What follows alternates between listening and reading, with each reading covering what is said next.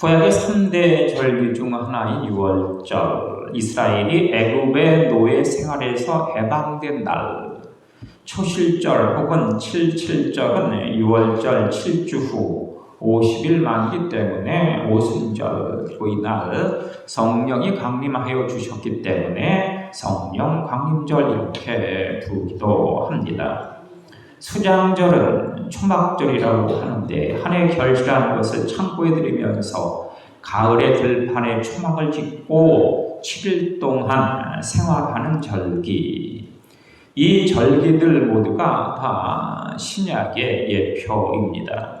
유월절은 십자가 보혈로 우리를 구원하신 부활절, 초실절은 보리 등 천 열매의 감사인 맥추감사절, 초막절은 우리가 다음 주에 지킬 추수감사절입니다.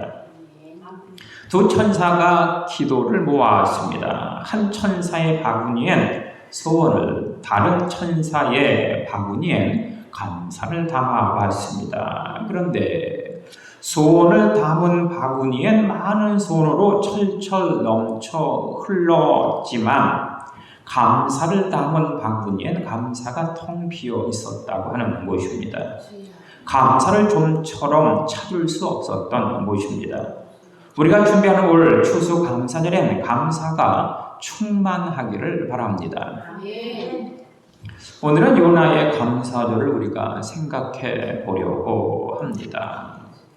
우리는 성경에서 많은 선지자들을 만날 수 있는데 그 선지자들 동물과 관계가 있습니다.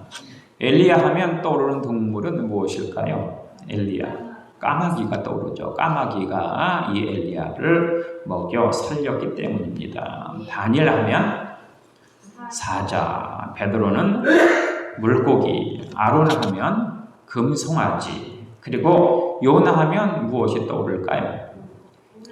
고래, 큰 물고기가 떠오릅니다. 하나님께서 니느웨 구원을 위해 요나를 파송하셨는데, 그런데 이 요나는 니느웨를 구원시킬 마음이 1도 없어서 그만 다시스로 도망을 치고 맙니다.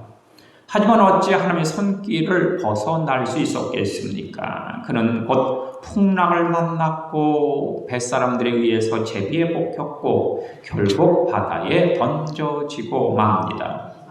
그렇게 그는 큰 물고기 고래에 삼킴을 당하고 말았습니다. 그런데 이때 요나의 행동, 그것에 우리가 주목할 필요가 있죠. 고기, 물고기 뱃속, 고래 뱃속에 들어간 이 요나의 행동, 그것이 바로 감사였다. 나는 감사하는 목소리로 주께 제사를 드리며 나의 서운을 주께 갚겠습니다. 구원은 하나님께 속하였나이다. 이렇게 오늘 본문 9절에서 그가 고백을 하고 있습니다. 이렇게 그가 물고기 뱃속에 들어가서 감사를 이야기할 때 바로 곧 즉시 기적이 일어났습니다.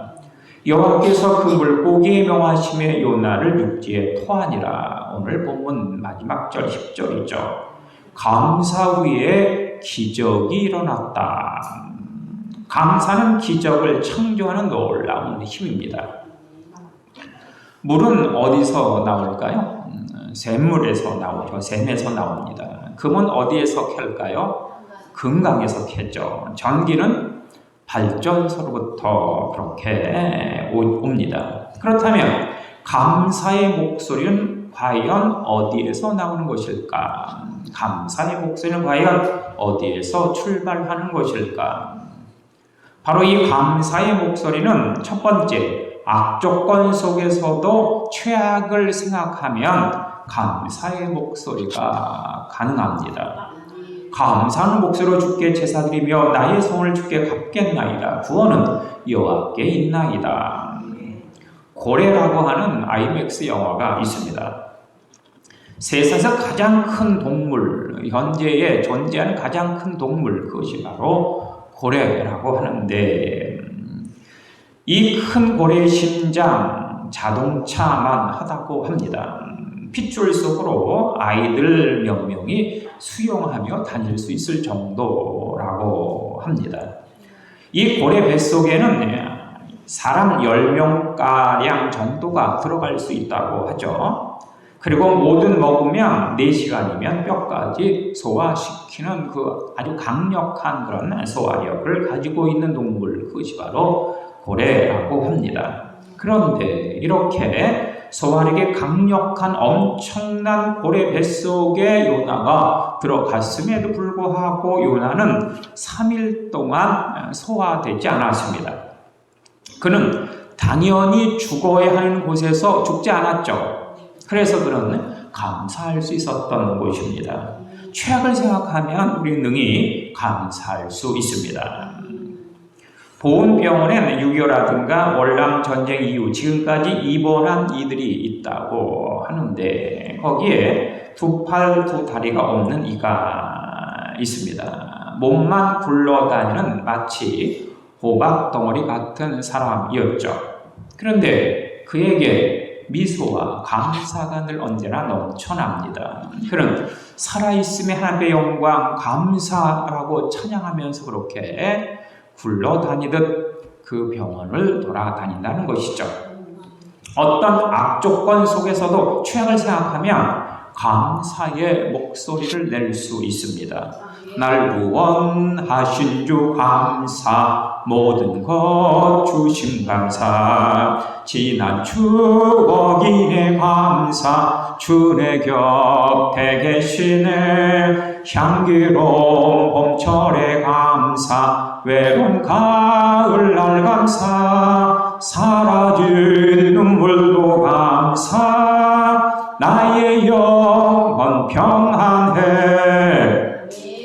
향기로운 봄철에도 감사하고 외로운 가을날도 감사할 수 있는 것이 바로 우리 주의 자녀된 이들 아니겠습니까? 그런데 산 넘어 산이라는 말이 있습니다. 악조건 속에 또 장애물이 있다라고 하는 말인데, 장애물이란 우리 앞에 장애가 되는 약점 혹은 사건, 물건, 시기, 사람 등 우리 앞길을 막는 것, 그것이 바로 장애물 아니겠습니까? 그런데 이런 장애물을 만나면 길이 막혀 앞으로 갈 수 없습니다. 그래서 힘들고 괴롭고 좌절하게 되고 포기하게 됩니다. 하지만 그럼에도 불구하고 장애물도 하나님의 섭리와 안목에선 감사의 대상이 될 수 있습니다. 장애물도 감사로 받게 되어지면 축복이 된다. 이렇게 장애를 통해 깨닫는 감사, 역설적 감사입니다. 장애물로 우리는 잠시 멈출 수 있는데 사실 우리가 살아가면서 체험하는 큰 지혜, 그것이 바로 멈춤 아니겠습니까? 멈출 줄 모른다면 브레이크 없는 자동차와 똑같습니다. 위험하기 그지없다라고 하는 말입니다. 그래서 좋은 차는 빠른 속도보다도 멈춰야 할 때 멈출 줄 아는 차, 이 차가 진짜 좋은 차 아니겠습니까? 하나님은 우리가 멈춰야 할 필요가 있을 때 장애물을 만나게 하시는 것입니다. 이는 더 큰 문제를 만나기 전 잠시 멈추게 하는 하나님의 은혜라고 하는 것입니다. 즉 장애물은 포기, 절망, 낙심이 아니라는 것이죠. 장애물을 만나면 속도 조절과 방향을 점검하는 기회로 삼아야 된다라고 하는 뜻입니다. 때론 추진하던 일을, 때론 계속 진행하던 일을 내려놓을 줄도 알아야 하는데, 이 내려놓음이라고 하는 것, 멈춤이라고 하는 것 절대로 자포자기가 아닙니다. 올바른 방향, 올바른 목표, 올바른 성취를 위해 잠시 내려놓는 것일 뿐, 잠시 멈추는 것일 뿐, 장애물 때문에 우리는 간절함을 점검할 수 있습니다. 사실은 장애물 앞에 쉽게 자포자기하고 포기하고 절망한다면 그것은 추구하는 목표, 그 목적이 간절하지 않다라는 것을 의미하는 것, 그것밖에 되지 않는 것이죠. 랜디 포시라고 하는 사람 마지막 강의라는 책에서 우리가 살아가다가 인생을 영위하다가 장애물을 만난다면 거기엔 반드시 이유가 있다. 장벽이 있다고 하는 건 가로막기 위해서가 아니며 우리가 얼마나 간절히 원하는가를 보여줄 기회를 제공하기 위해서 거기 장애물이 서 있는 것이다. 이렇게 이야기를 했습니다. 장애물을 우리가 살아가다가 만난다면 뭘 얼마나 절실히 원하는가를 깨달을 수 있어야 합니다. 장애물이 있음에도 불구하고 나의 앞길을 막는 것이 있음에도 불구하고 그 목표와 목적을 향한 간절함이 있는가 라는 것을 깨닫게 된다. 즉 장애물을 만난다면 그것은 우리의 목표를 다시 한번 점검해라, 돌아보아라 라고 하는 하나님의 섭리라고 하는 이야기입니다. 헨리 포드라고 하는 사람, 장애물은 당시 목표에서 눈을 돌릴 때 나타나는 것이다. 당시 목표에 눈을 고정한다면, 초점을 맞춘다면 장애물은 절대 보이지 않는다. 이렇게 그가 강조하고 있습니다. 목표를 향해 가다가 눈을 안눈 팔게 되어지면 거기엔 반드시 장애물이 보이는 것이죠. 우리가 목표에 고정한다면, 하나님의 나라를 향하여 집중한다면 절대로 장애물은 우리 앞에 있을 수 없다. 우리 때로 삶의 목표를 망각할 수가 있는데 그때 이전에 못 보던 장애물을 보게 되죠. 즉 장애물은 목표를 점검하는 데 도움이 되는 하나의 축복의 도구다라고 하는 것입니다.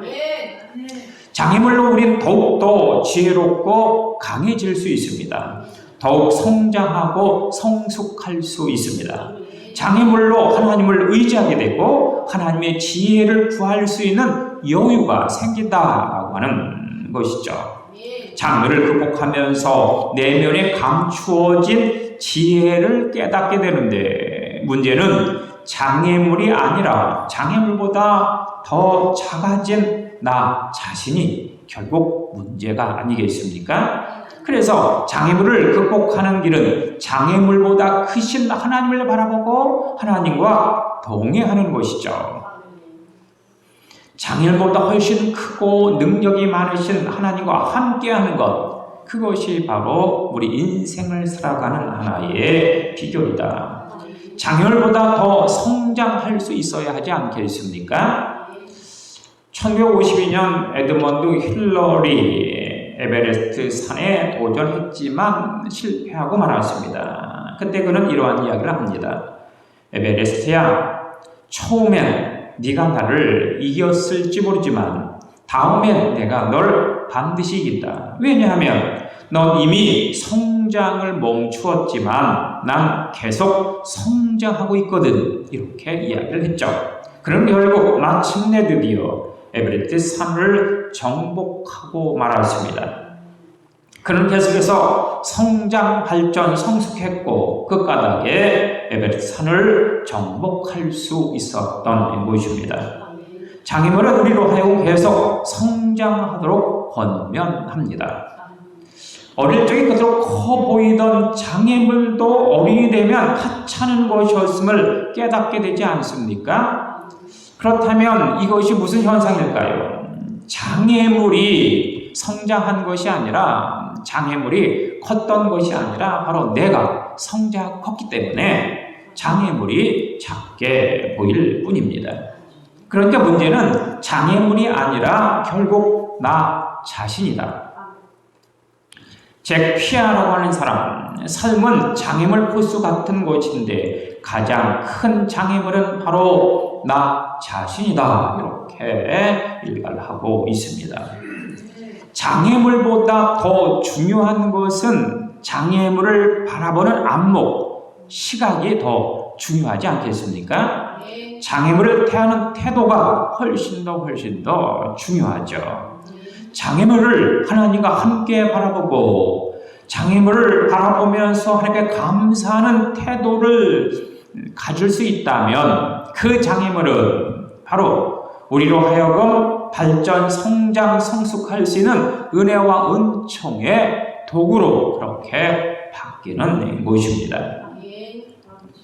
닉 부이치치라고 하는 사람, 팔과 다리가 없이 태어난 선천적 장애아였습니다. 하지만 이 닉 부이치치 장애가 그의 앞길을 막지 못했습니다. 닉은 장애를 선용해서 수많은 사람들에게 낙심, 실망, 좌절, 장애물 가운데 그렇게 절망하는 사람들에게 희망과 소망의 메시지를 증거하는 진정한 메신저가 되었던 것입니다. 장애물 극복은 눈물겨운 일이지만 아무리 힘들어도 장애물을 극복해야 한다라고 하는 그런 당위성을 갖고 최악을 생각한다고 하면 우리는 능히 그것을 정복할 수 있습니다.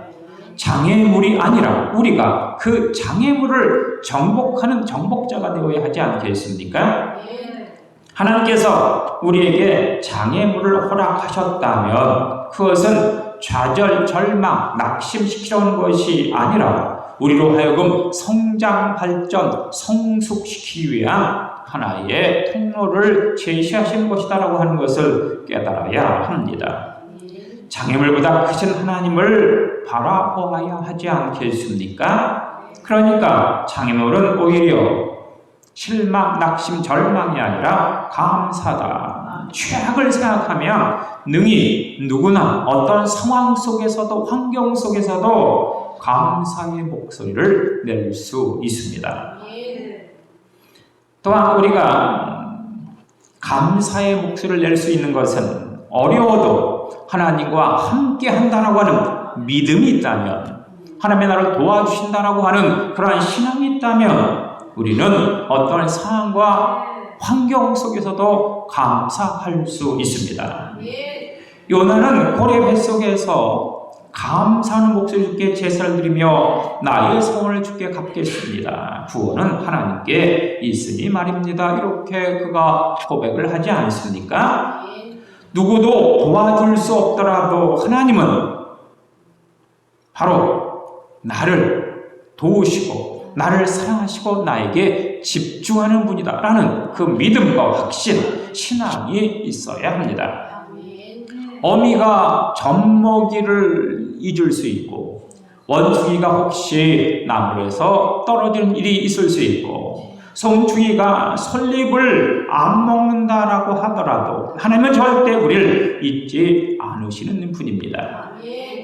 물가로 지날 때 물이 침몰치 못하게 하시고 불가로 지날 때 불이 태우게 못하게 하시는 분, 그분이 바로 나를 사랑하시고 나를 구속하시고 나를 인쳐주신 하나님 아니시겠습니까? 그러니까 하나님이 늘 함께 계심을 믿는 이들은 어떤 환경, 상황, 여건 속에서도 감사, 찬양, 영광을 돌릴 수 있습니다. 해방이 되기 이전 1945년 그 이전에 북한 한북 나남에 한 젊은 여자 거지가 있었습니다. 주변의 조롱, 욕설에도 절대 화를 내거나 덤비지 않고 그저 웃는 그러한 여자였죠. 그래서 주변에서는 그 여자가 미친 여자다 이렇게 생각을 하고는 누구도 상대하지 않았습니다. 그런데 8.15 해방으로 소련군이 나남으로 이렇게 승전국 기세로 진입을 하게 되죠. 그러자 이 미쳐 보였던 그 여자가 소련군 장교의 그 복장을 하고 등장을 하는 것이었죠. 이 여자는 거지가 아니라 미친 여자가 아니라 바로 소련의 간첩 스파이였던 것입니다. 온갖 멸시 천대를 견딜 수 있었던 건 그의 신분 때문이었죠. 나는 미친 여자 거지가 아니라 대소련 제국의 일원이야, 장교야 라고 하는 그런 당당함이 있었기 때문에 그녀는 절대로 누구에게나 화내거나 덤비지 않고 그렇게 웃을 수 있었던 것입니다. 미래를 기다렸기 때문이죠. 긍지와 자부심 때문이었습니다. 여기 있는 우리도 모두가 하나님의 당당한 자녀 아니겠습니까? 내가 널 구속하였고 내가 널 지명하였고 내가 널 불러나니 너는 나의 자녀 백성일 뿐이 아니냐. 내가 물 가운데 지날 때 내가 함께할 것이고 강을 건널 때 내가 그 물이 너를 침몰치 못하게 할 것이고 불구덩이에 던져진다라고 하더라도 그 불이 너를 태우지 못하고 그 불꽃이 너를 사리지 못하게 할게. 두려워하지 말아라. 놀라지 말아라. 너는 나의 자녀 백성일 뿐이 아니냐. 지금 그렇게 우리에게 선언하여 주시고 있습니다. 때가 되면 하나님께서는 우리를 은혜와 은총과 축복의 자리로 그렇게 이끌어 주실 것입니다. 그러니까 하나님 곁에 계신 걸 감사하면서 늘 찬양, 영광, 주님 앞에 모든 헌신을 돌려야 하지 않겠습니까? 강영호 박사의 내 안의 성공을 찾아라라고 하는 책이 있는데 이 책은 이렇게 시작을 합니다. 세상에는 꿈을 이룬 사람과 꿈을 잃어버린 사람이 있다. 이렇게 첫 문장을 시작하고 있습니다. 세상에는 꿈을 이룬 사람이 있는가 하면 꿈을 잃어버린 사람이 있다. 이 강영호 소경이었죠. 하지만 미국 대통령 장애위원회 정책 차관보까지 지낸 사람입니다. 한국인으로서 미국서 최고주에 오른 이가 바로 이 소경 강영우였죠. 이 강영우 중학교 때 공을 차다가 그 공이 이렇게 눈에 맞음으로 실명을 하고 말았습니다. 아들이 실명됐다라고 하는 충격으로 부모님이 돌아가셨고 이 동생을 간호하던 누나마저 2년 만에 관으로 그만 죽고 맙니다. 이제 영우에게는 아무도 없습니다. 벼랑 끝에 다다른 곳이죠. 한 발만 내디디면 바로 죽음입니다. 소경 주제에 어떻게 살아? 누구도 도와주지 않는데 죽고 싶은 마음밖에 없었습니다. 이때 영우는 요한일서 5장 4절 말씀을 붙잡습니다. 하나님의 자녀는 세상을 이긴다. 하나님의 자녀는 절대로 세상에 지는 법이 없다. 맹학교에서 아내 서근옥을 만났고 아내의 도움으로 연대를 졸업했고 미국을 유학할 수 있었고 교수가 되고 대통령 보좌관까지 되었습니다. 그 책의 결론, 나는 하나님의 존귀한 자, 나 가진 것이 없고 비록 소경이어도 하나님의 함께 하심을 믿으면 두려울 것이 없다. 하나님이 내 안에 거하고 계시니 말이다. 응답하신 기도 감사, 거절하신 것 감사, 헤쳐나온 풍랑 감사, 모든 것 채우시네. 아픔과 기쁨도 감사, 절망 중이로 감사, 증량 못할 은혜 감사, 크신 사랑 감사해. 하나님이 내 곁에 계심을 믿고 알고 느끼면 감사의 목소리를 낼 수 있습니다. 하나님이 도와주실 것이니까 어찌 감사하지 않을 수 있겠습니까? 또한 우리가 감사의 목소리를 낼 수 있는 것은 어려워도 힘들어도 고통스러워도 좋은 일이 있을 거야 라고 하는 사실을 생각하면 감사할 수 있습니다. 희망이 있고 소망이 있으면 감사할 수 있지 않겠습니까? 더 잘 될 것인데 뭘 걱정하겠나라고 하는 것입니다. 요나는 고래의 먹이가 되었습니다. 죽음이죠. 그런데 고래 요나 니느웨의 그 성에 토해놓고 말았습니다. 고래 뱃속에서 나온 요나는 40일이 지나면 니느웨가 무너지리라 회개해라 이렇게 외치고 다닙니다.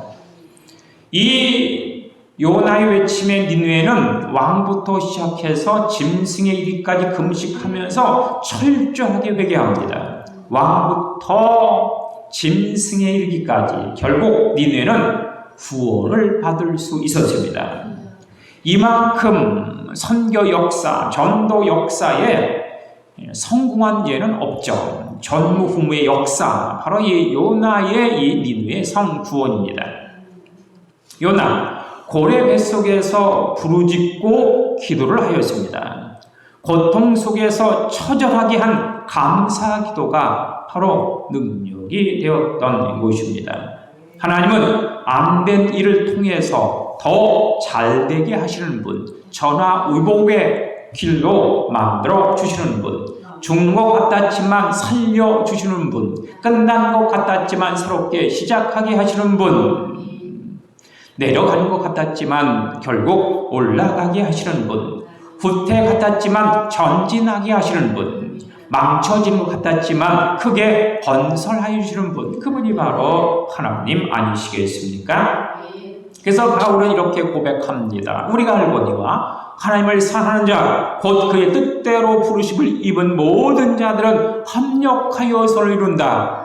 슬픔과 기쁨이 합력하고 올라감과 내려감이 합력하고 삶과 죽음이 합력하고 희망과 절망이 합력하여 마침내 드디어 선을 이루시는 분, 그렇게 고백을 하고 있습니다.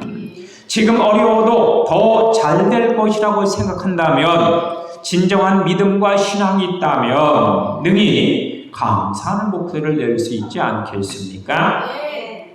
춘천평화교회 한균 목사님의 사모님, 뇌가 쪼그라드는 병에 걸렸습니다. 이 병에 걸리자 의식을 잃고 걷지도 못하게 됐죠. 병의 원인은 세 가지 중에 하나입니다. 첫째는 바이러스에 감염됐기 때문. 그렇다면 바이러스를 죽이면 되지 않겠습니까? 두 번째 원인은 암세포 때문. 그러면 이 암세포를 이렇게 의학으로 도려내면 됩니다. 세 번째는 바로 이 암세포라든가 이 모든 그 세균에 있어서 어떠한 그 원인이 있다면 그 원인을 제거한다면 그 모든 것은 깨끗하게 치료될 수 있는 능력이 나타나는 것입니다. 유전적인 이유가 있다고 하더라도 그 유전 인작을 제거하면 그 문제가 깨끗하게 해결되는 그런 능력 역사가 드러나지 않겠느냐라고 하는 것입니다. 그런데 아산병원의 진단은 이 세 가지가 다 아니었습니다. 결국 1번까지 가서 검사를 받아보았는데 결론은 치료 방법이 없다라고 하는 것이었죠. 모든 희망이 사라지고 만 것입니다. 병은 죽음을 향해 달려갑니다. 소망을 잃어버린 인생이 이렇게 허무하게 무너지는 순간을 맞이하게 된 것인데, 그러다가 주일이 되어 동경 어느 교회를 찾아가 예배를 드리고 있었는데 그 교회에 그런 환자를 치료한 경험이 있다는 의사를 만나게 되었고, 그 의사가 기도하면서 치료하자 몇 달 만에 깨끗하게 완쾌가 되었다고 하는 것입니다. 마치 요나처럼 말이죠. 그래서 데오드로 F 목사님은 요나를 이렇게 이야기합니다. 이 얼마나 위대한 물고기인가. 요나의 가장 훌륭한 신학대학은 바로 이 물고기였다. 이렇게 그가 이야기를 합니다. 하나님은 모든 것을 합력하여 선을 이루시게 하시는 분이기 때문입니다. 그렇습니다. 우리는 어떤 경우에도 감사하는 목소리를 낼 수 있습니다. 믿음의 사람은 감사하는 목소리를 내야 하는 것이 당연한 일 아니겠습니까? 그렇다면 어떻게 해야 어떤 경우에도, 어떤 최악의 경우에도 감사하는 목소리를 낼 수 있는 것일까? 그것은 최악의 경우, 아주 비참한 경우를 생각하면 감사하는 목소리를 낼 수 있습니다. 인간의 최악이 무엇이겠습니까? 죽음이죠. 죽음을 생각한다면, 그 죽음의 그 어떤 그 최악을 생각한다면 능히 우리는 감사할 수 있는 것이고, 우리가 죽음을 당한다고 하더라도 죽음 이후에 하나님께서 우리를 인도하여 주실 것이기 때문에 감사할 수 있습니다. 또한 어떤 상황 속에서도 하나님의 함께 하심을 생각하고 믿으면 감사할 수 있습니다. 나는 할 수 없지만 하나님은 할 수 있기 때문이죠. 또한 이것보다 더 잘 될 것을 생각하면 감사할 수 있습니다. 더 잘 될 수 희망이 있고 소망이 있고, 또한 뭔가 앞에 은혜와 능력 축복이 보이는데 어찌 감사하지 않을 수 있겠습니까? 50년 전 사람에게 필요한 생활 조건은 72가지였습니다. 그 중에 절대 필요한 건 18가지 정도. 그런데 요즘엔 그것이 496가지로 늘었습니다. 그중 절대 필요한 건 28가지라고 합니다. 하나님은 우리에게 너무 많은 것을 주셨습니다. 그러니까 우리가 감사해야 합니다. 실제로 사람은 세 가지만 있다면 하나님 앞에 감사할 수 있는 것입니다. 첫째는 일용할 양식, 두 번째는 몸의 건강, 세 번째는 소망입니다. 길가에 장미꽃 감사, 장미가 실로 감사, 따스한 가정 희망 주신 것 감사, 기쁨과 슬픔도 감사, 하늘 평안을 감사, 내일의 희망을 감사, 영원토록 감사해. 이런 양식이 있고 몸에 건강이 있고 소망이 있다면 어찌 감사하지 않을 수 있겠습니까? 마지막 이야기를 하나 듣려고 합니다. 부산에 아주 영리한 똑똑한 충성스러운 개 한 마리가 있었습니다. 주인이 바구니를 개 입에 물려주고 그 바구니에 종이 쪽지를 이렇게 넣어두면 바로 이 개는 정적으로 가서 바로 주인이 원하는 고기 한 근을 꼭 사오는 그러한 개였죠. 바구니를 개 입에 물려주고 고기 한 값을 넣어주고 종이 쪽지를 넣어두면 바로 이 개는 정점에 가서 틀림없이 그 고기를 사왔습니다. 주인이 살코기만 사오라고 하면 살코기만 사오고 다른 부위를 사오라고 하면 다른 부위를 정확하게 사오는 아주 완벽한 심부름꾼이었죠. 그런데 이 집이 서울로 이사를 왔습니다. 그런데 이삿집 가까운 곳에서도 정육점이 있었습니다. 그래서 주인은 부산에 샀던 것처럼 이 개에게 고기를 사와라라고 심부름을 시켰죠. 그런데 30분이 지나고 1시간이 지나고 3일이 지나도 이 개는 돌아오지 않았습니다. 사람들은 이야기합니다. 서울엔 개 도둑이 많습니다. 도살꾼들이 많아요. 그러니까 이 개를 틀림없이 도둑 맞았을 겁니다. 이렇게 이야기를 합니다. 그래서 이 주인도 우리 충성스러운 이 개를 누군가가 훔쳐갔구나 이렇게 포기하였습니다. 그런데 5일 후 멀리서 그 충성스러운 개가 바구니를 물고 절룩거리며 다가오는 것이 아닙니까? 너무 반가운 이 주인 개에게 달려가서 개 목을 껴안았습니다. 그동안 어디 갔었니? 라고. 그러자 그겐 주인을 본 후에 꼬리를 마구 흔들다가 푹 쓰러져 그 자리에서 죽고 말았습니다. 알고 보니까 이 개가 부산까지 가서 고기를 사오는 길이었던 것이죠. 그 개는 부산까지 왕복하니라 5일 동안 부산을 왕복하느라 지쳐서 그만 죽고 만 것입니다. 바구니 안에는 썩은 고기 한 근이 그대로 있었습니다. 이 개는 아무리 힘들어도 주인의 칭찬을 생각하면서 참고 또 참으면서 인내하고 또 인내하면서 서울서 부산을 그렇게 목숨을 걸고 왕복한 것입니다. 주인은 그 개를 위한 무덤을 만들어 주었습니다. 하나님도 감사하는 목소리를 내는 주의 자녀 백성 일꾼들에게 반드시 축복하지 않으시겠습니까? 모쪼록 최악을 생각하고 하나님이 늘 곁에 계신 것을 믿으면서 더 잘 될 것을 희망하면서 어떤 경우에라도 감사의 목소리를 잃지 않는 이 2022년도가 되시길 간절히 주님으로 축원합니다.